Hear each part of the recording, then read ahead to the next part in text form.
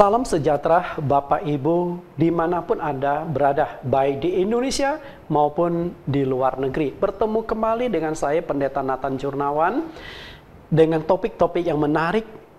Bapak Ibu tetap setia dan saya ucapkan terima kasih, dan tentunya harapan saya Bapak Ibu bisa membantu untuk klik subscribe, like, and share. Karena kami rindu agar rating dari khotbah mini seri ini bisa naik sehingga banyak orang bisa nikmatinya. Itu kerinduan saya. Kita akan lanjutkan pembahasan kita. Beberapa waktu yang lalu saya sudah pernah mengupas topik penyakit menurut Alkitab. Penyakit menurut Alkitab lalu saya bagi menjadi 7 subtopik. 7 subtopik yang menarik diambil dari tema penyakit menurut Alkitab. Kita lihat kembali layar ini. Penyakit menurut Alkitab dengan 7 topik yang menarik ini. Yang pertama, gaya hidup yang tidak sehat. Kita bisa sakit karena gaya hidup yang tidak sehat. Kemudian situasi dan kondisi dunia seperti COVID yang melanda dunia saat ini, kita juga tidak bisa dihindari. Yang ketiga, hukuman Tuhan atas dosa manusia. Yang keempat, pencobaan dari iblis. Dan yang kelima, penyakit itu adalah kasih karunia Tuhan. Dan yang keenam, menyatakan kemuliaan Tuhan. Dan yang ketujuh, cara menuju kematian. Nah, saya sudah membahas dari poin 1, 2, 3, 4, 5. Dan saat ini poin yang akan kita bahas judulnya adalah penyakit untuk menyatakan kemuliaan Tuhan. Oke, mungkin menurut kita nggak masuk akal, tapi itulah faktanya bahwa penyakit ini Tuhan pakai untuk menyatakan kemuliaan Tuhan. Artinya melalui sakit penyakit Tuhan sembuhkan, maka di sanalah kemuliaan Tuhan itu dinyatakan, kuasa Tuhan dinyatakan, dan banyak orang akhirnya mengenal Tuhan dan percaya kepada Yesus Kristus. Intinya ada di sana. Karena itu ada kalanya penyakit itu terjadi untuk menyatakan kemuliaan Tuhan. Di dalam Alkitab banyak contoh kasus melalui sakit penyakit yang dialami oleh seseorang, justru kuasa dan nama Tuhan Yesus dipermuliakan, dikenal oleh banyak orang, dan ujung-ujungnya orang percaya kepada Tuhan. Nah, kalau demikian berarti penyakit itu adalah untuk menyatakan kemuliaan Tuhan. Jadi tujuan penyakit itu. Karena itu, jika tujuan penyakit adalah untuk kemuliaan Tuhan, maka engkau tidak akan bisa dipakai untuk menyatakan kemuliaan Tuhan kalau engkau tidak mengalami sakit penyakit dahulu. Betul nggak? Engkau mau dipakai Tuhan untuk menyatakan kemuliaannya? Dipakai Tuhan supaya kuasa Tuhan disalurkan kepada Anda, dan setelah Anda dipulihkan, orang akan tahu adanya Tuhan yang sanggup memberikan pemulihan. Nah, berikut ini kita akan pelajari beberapa kasus bahwa melalui sakit penyakit nama Tuhan itu dipermuliakan. Kita lihat kasus yang pertama adalah orang yang buta sejak lahirnya. Satu kali Tuhan Yesus dengan murid-murid berjalan, dan mereka bertemu dengan seorang yang buta sejak lahirnya. Kita baca Yohanes 9 ayat 1-3. Yohanes 9 ayat 1, pada waktu Yesus sedang lewat, ia melihat seorang yang buta sejak lahirnya. Kita tidak tahu umur berapa dia ya, tapi dari lahir sudah buta. Ayat yang kedua, murid-muridnya bertanya kepadanya, "Rabi, siapakah yang berdosa? Orang ini sendiri atau orang tuanya sehingga ia dilahirkan buta?" Ternyata murid ini tipikal orang yang gampang sekali menghakimi. Oke? Gampang menghakimi bisa saja terjadi. Dulu saya kenal dengan seorang diakonis di satu gereja di Banjarmasin.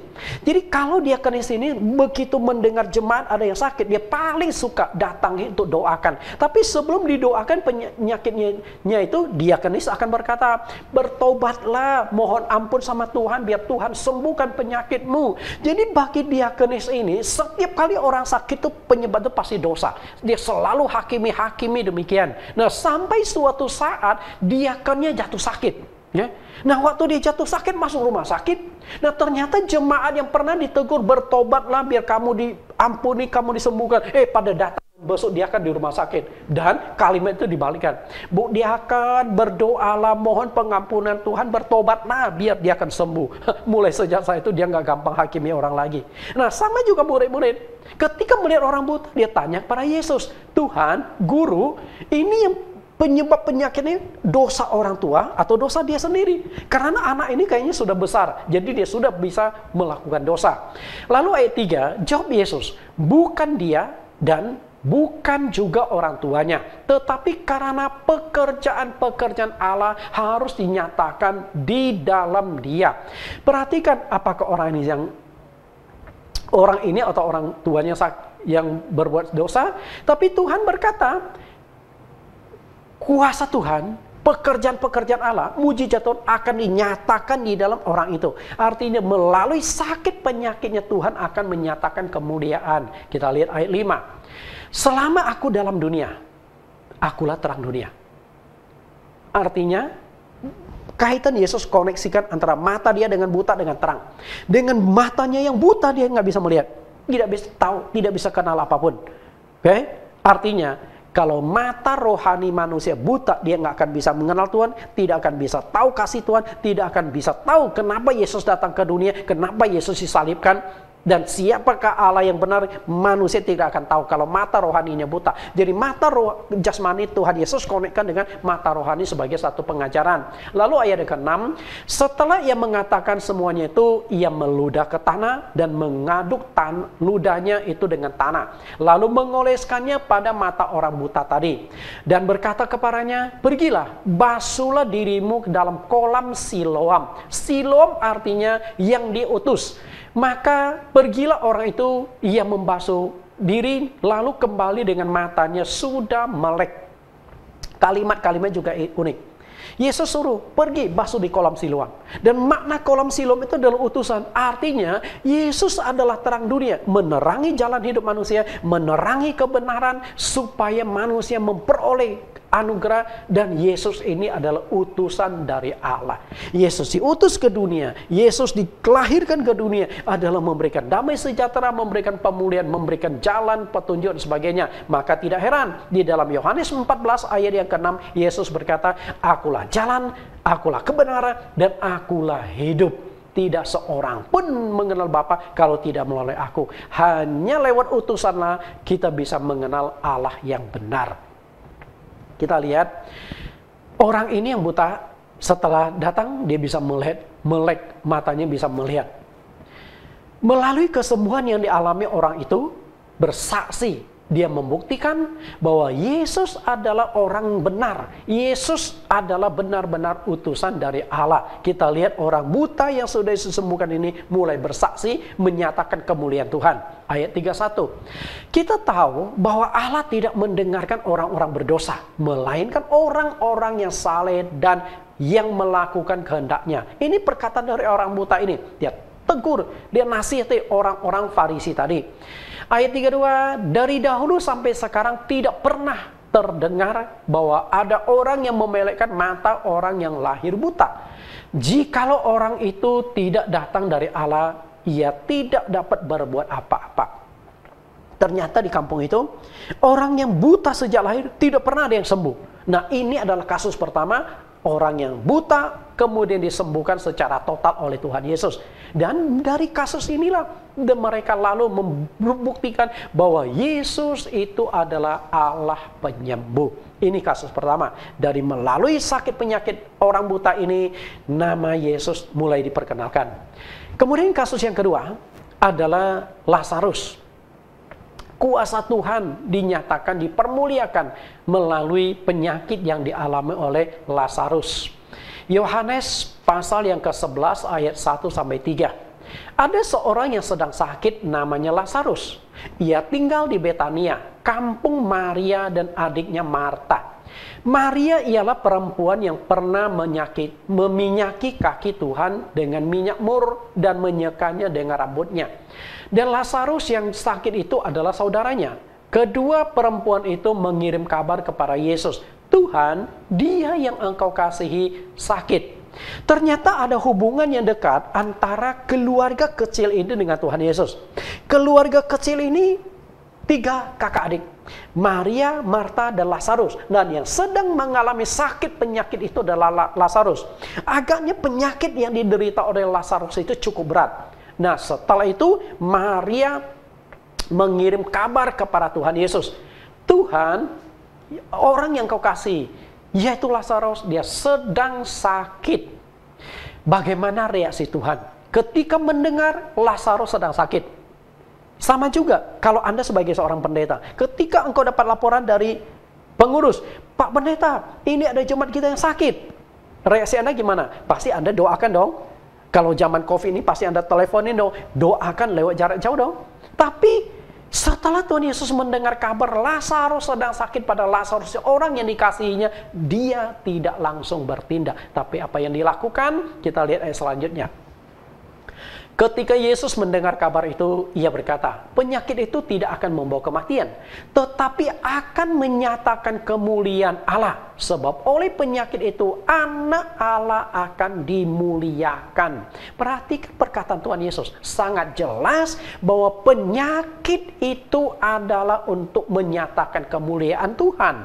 Karena itu, kalau engkau ingin dipakai Tuhan lewat tubuhmu, dinyatakan kemuliaan Tuhan, maka engkau harus alami sakit penyakit dulu. Kalau engkau tidak sakit, bagaimana Tuhan bisa menyatakan kemuliaan lewat penyakit yang engkau alami? Karena itu jangan takut menghadapi penyakit. Bisa saja penyakit itu akan Tuhan pakai untuk menyatakan kemuliaannya. Kita baca selanjutnya. Ayat 5, Yesus memang mengasihi Maria dan kakaknya. Maria mengasihi Marta dan kakaknya dan Lazarus. Namun setelah didengarnya bahwa Lazarus sakit, ia sengaja tinggal 2 hari lagi di tempat di mana ia berada. Perhatikan satu kata, sengaja. Waduh, kalau ada jemaat yang sakit, lalu pendeta tahu, dan sengaja pendeta biarkan, nggak mau didoakan. Wah, saya percaya jemaat itu pasti kepahitan tuh, ya, pasti sakit hati tuh. Nah, bagaimana dengan ini? Kalau Maria, Marta tahu Yesus sengaja nggak mau datang dulu, saya percaya dia juga akan kecewa. Tapi untunglah masalahnya dibereskan. Oke? Yesus sengaja. Berarti di dalam hidup manusia ada kalanya Tuhan sengaja loh. Tuhan sengaja biarkan masalah terjadi dalam hidupmu. Tuhan sengaja engkau mengalami sakit penyakit. Tuhan sengaja ekonomimu hancur. Tuhan sengaja keluargamu hancur. Tuhan sengaja anakmu merusak dan sebagainya. Tuhan sengaja biarkan. Tapi melalui masalah kesulitannya ada tujuan Tuhan. Tuhan ingin buat mujizat. Tuhan ingin menyatakan kemuliaan lewat masalah sakit penyakit dan kehancuran yang engkau alami. Bisa tangkap? Sengaja. Lalu ayat yang ke-14. Akibat kesengajaan Tuhan apa?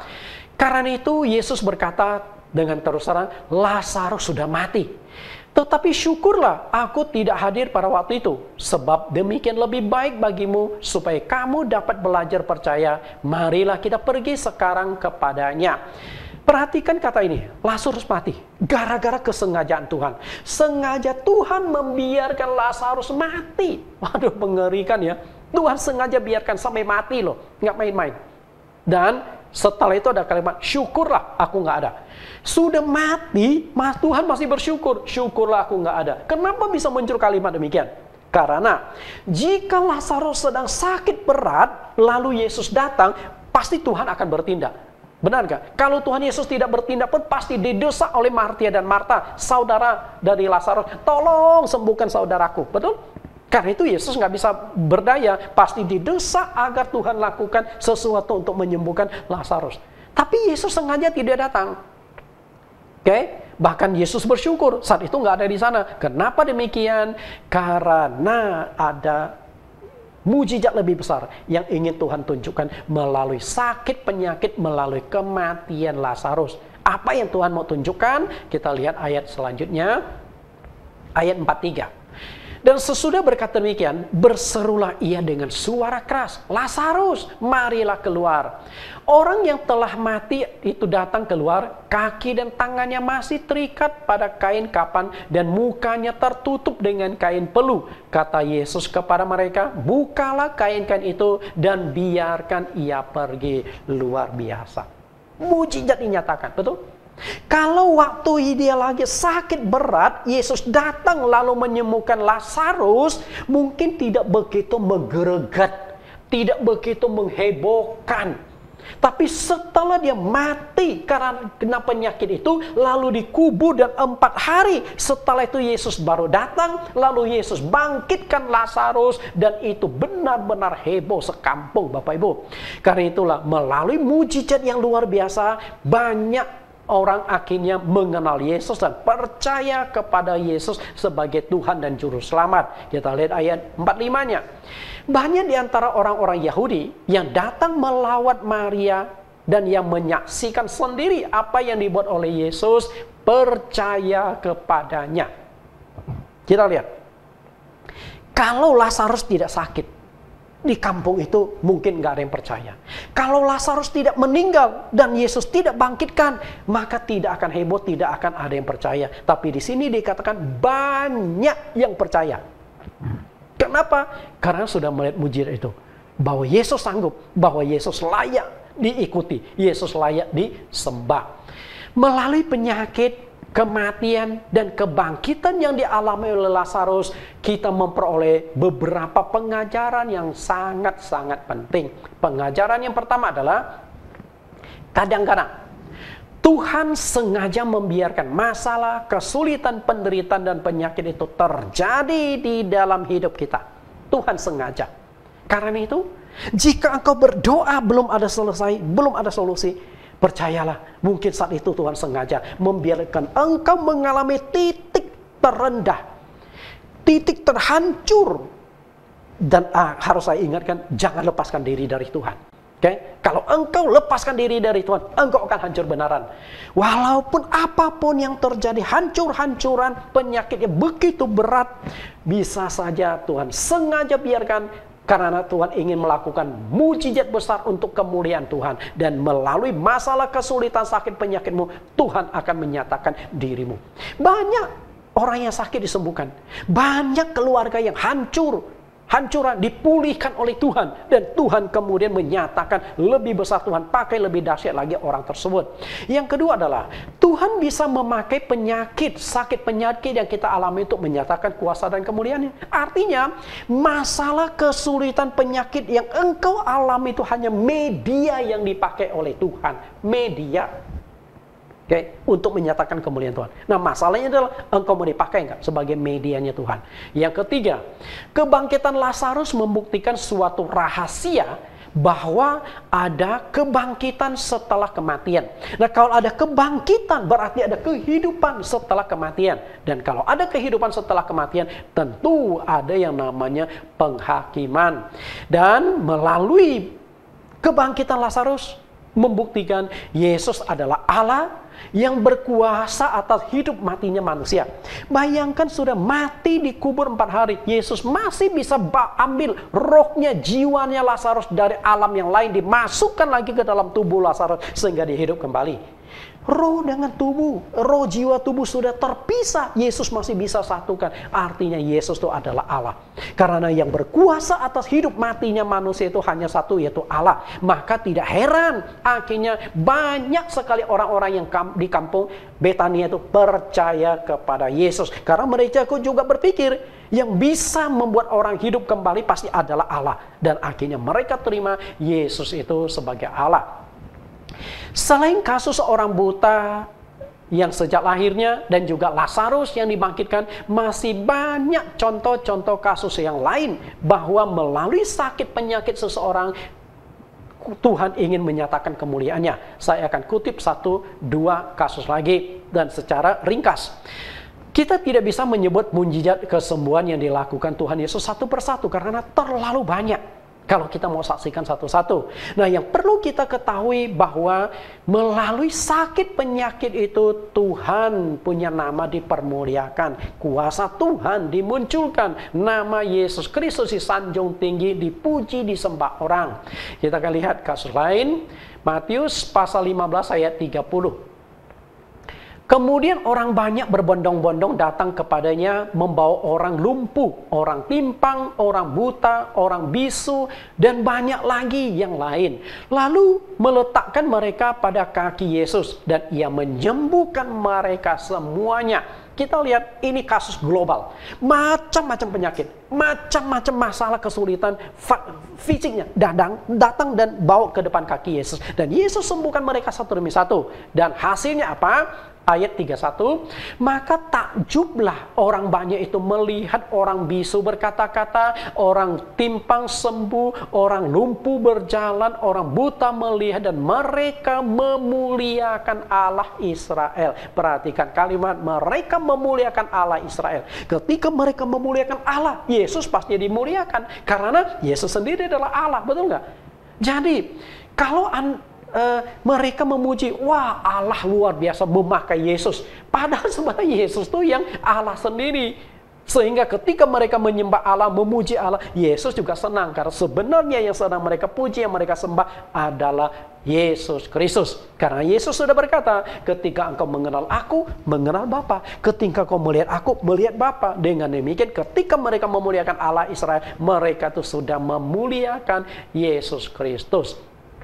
Karena itu, selain mujizat kesembuhan yang dilakukan oleh Tuhan Yesus, masih ada mujizat-mujizat yang dilakukan oleh rasul-rasul. Nah, itu dicatatkan di Kisah Rasul pasal 2, 43 sampai 44. Dan masih banyak rasul-rasul yang lakukan mujizat. Kemudian, mujizat pernah dilakukan oleh Rasul Petrus. Banyak kesembuhan. Bahkan bayangan Petrus pun bisa menyembuhkan penyakit, usir setan. Karena itulah melalui tindakan Petrus nama Tuhan dipermuliakan. Lalu Paulus, dia juga banyak melakukan mujizat kesembuhan. Bahkan lebih dahsyat lagi adalah sapu tangan dan baju yang pernah dipakai oleh Paulus punya khasiat penyembuhan dan usir setan. Sehingga nama Tuhan dipermuliakan. Kemudian Filipus, seorang diaken yang diangkat di kota Yerusalem, juga banyak melakukan mujizat penyembuhan di kota Samaria, sehingga satu kota Samaria itu bertobat, percaya kepada Yesus, bahkan dibaptis. Nama Tuhan benar-benar dipermuliakan oleh Filipus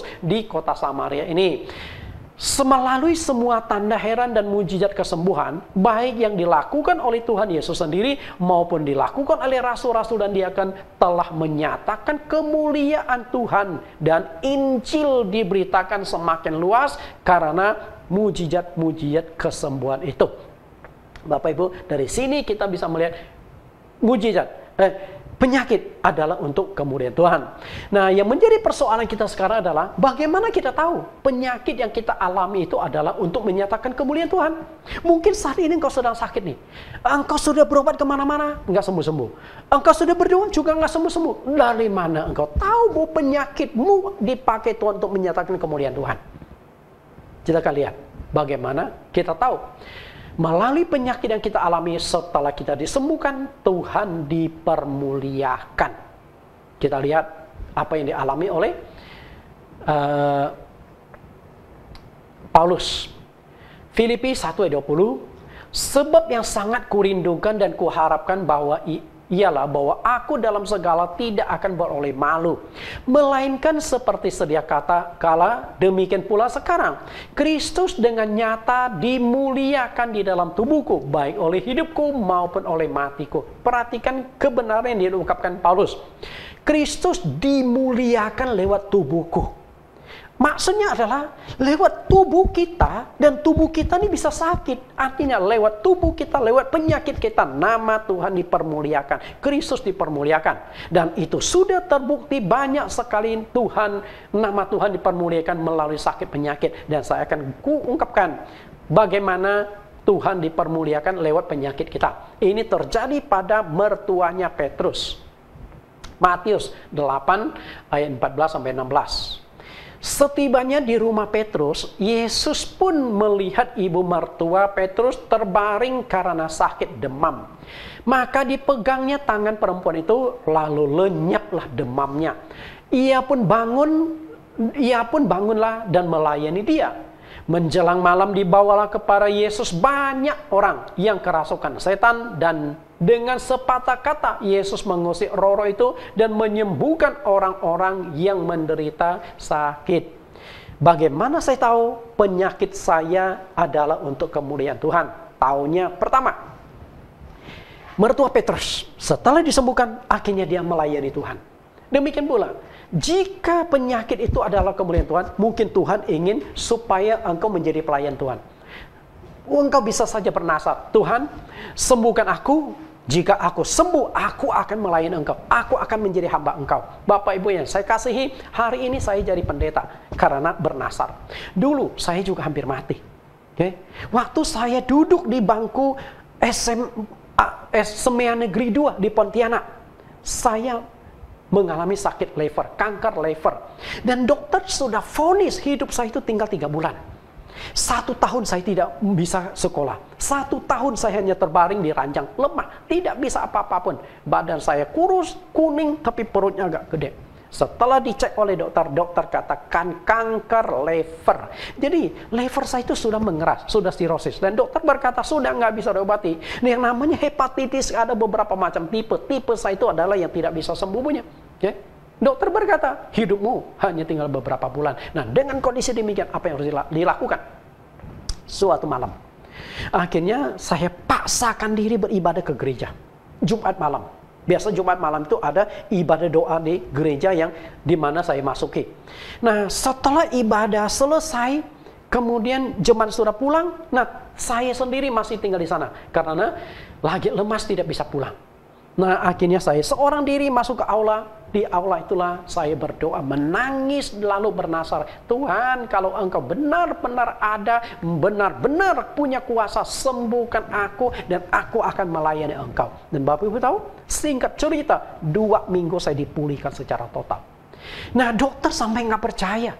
Setelah saya sembuh, saya cek lagi ke dokter yang sama. Dokter sampai geleng-geleng kepala, tidak percaya. Dan inilah, melalui penyakit saya jadi hamba Tuhan karena bernasar. Jadi kalau saya nggak sakit, saya nggak akan jadi hamba Tuhan. Saya nggak akan memuliakan Tuhan di dalam hidup saya. Justru karena saya alami sakit penyakit, saya tahu penyakit adalah untuk kemuliaan Tuhan. Lalu yang kedua, menjelang malam dibawalah kepada Yesus banyak orang. Artinya, melalui penyakitmu engkau sembuh, lalu engkau bersaksi kepada orang lain. Oh, Yesus maha penyembuh loh. Yesus sanggup menyembuhkan penyakit apapun loh. Nah, orang yang mendengarkan kesaksian engkau yang alami akhirnya percaya Tuhan. Dan saya percaya kalau orang yang sakit itu bersandar kepada Tuhan, dia pun bisa dipulihkan penyakitnya. Jadi kita tahu penyakit itu adalah untuk menyatakan kemuliaan Tuhan. Kalau untuk menyatakan kemuliaan Tuhan, engkau tidak bisa memuliakan Tuhan kalau engkau tidak mengalami sakit penyakit dahulu. Dan kalau sudah engkau sakit, engkau disembuhkan, maka melalui kesembuhan itulah engkau bisa bersaksi, engkau bisa dipakai Tuhan, perkataanmu ada kekuatan. Jadi ketika engkau bersaksi kepada orang lain, engkau alami sendiri kok. Sama seperti saya. Jadi kalau saya menceritakan bahwa Yesus sanggup menyembuhkan orang, karena saya sudah alami kanker lever yang sudah divonis dokter, hidup tinggal beberapa bulan, dipulihkan secara total. Demikian kuasa Tuhan. Jadi hari ini kita sudah belajar topik melalui penyakit nama Tuhan dipermuliakan. Tuhan Yesus memberkati. Kita akan tundukkan kepala kita akan berdoa. Tuhan kami yang ajaib, Tuhan kami yang penuh kuasa, Tuhan kami yang hidup, Yesus Kristus. Kami sudah belajar pada topik yang ke-6 ini, bahwa penyakit adalah untuk menyatakan kemuliaan-Mu.